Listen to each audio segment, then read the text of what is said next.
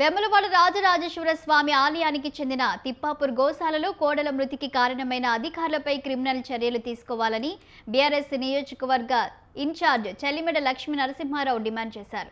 కోడె మొక్కుల ద్వారా ప్రతి సంవత్సరం ఆలయానికి సుమారు 23 కోట్ల ఆదాయం వస్తుందన్నారు. అయినప్పటికీ కోడల సంరక్షణపై అధికారులు ప్రభుత్వం నిర్లక్ష్యం వహిస్తుందన్నారు. కోడెల సంరక్షణ కోసం 50 ఎకరాల స్థలాన్ని కొనుగోలు చేయాలన్నారు. 500 సామర్థ్యం ఉన్న గోశాలలో 1200 కోడెలు ఉంచారన్నారు. కోడెల సంరక్షణకు చర్యలు చేపట్టకపోతే బీఆర్ఎస్ ఆధ్వర్యంలో పెద్ద ఎత్తున ఆందోళన చేపడతామన్నారు.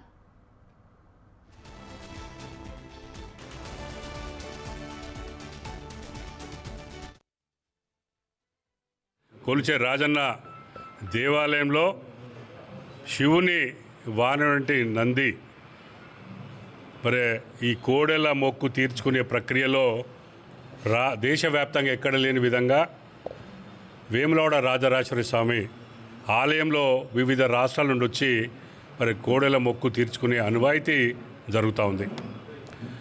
మరి ఇలా కోడెల పరిరక్షణ ప్రక్రియలో సుమారుగా 400 నుండి 500 ఉండే కోడెల స్థానంలో 1200 పై చిలుకు కోడెల్ని మరి నివాసం ఉంచడం చాలా బాధాకరం. దానికి సరి అయిన పోషణ పెట్టలేక మరి ఈ వారం రోజులనే 40 నుండి 50 కోడెలు చనిపోవడము మన చనిపోవడం చాలా బాధ వేస్తూ ఉంది.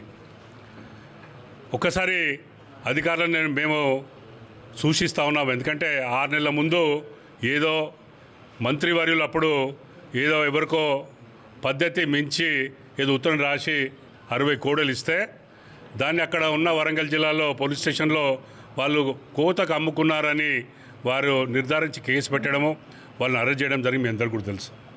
గత 6 నెలల నుండి ఇప్పటివరకు రైతులకు ఇచ్చే ఈ ప్రక్రియను ఆపేయడము, తద్వారా ఈ వర్షాకాలం వర్షాలు వచ్చి మరి దాని పోషణ సరిగ్గా లేకుండా సుమారుగా గత 3 రోజులనే 18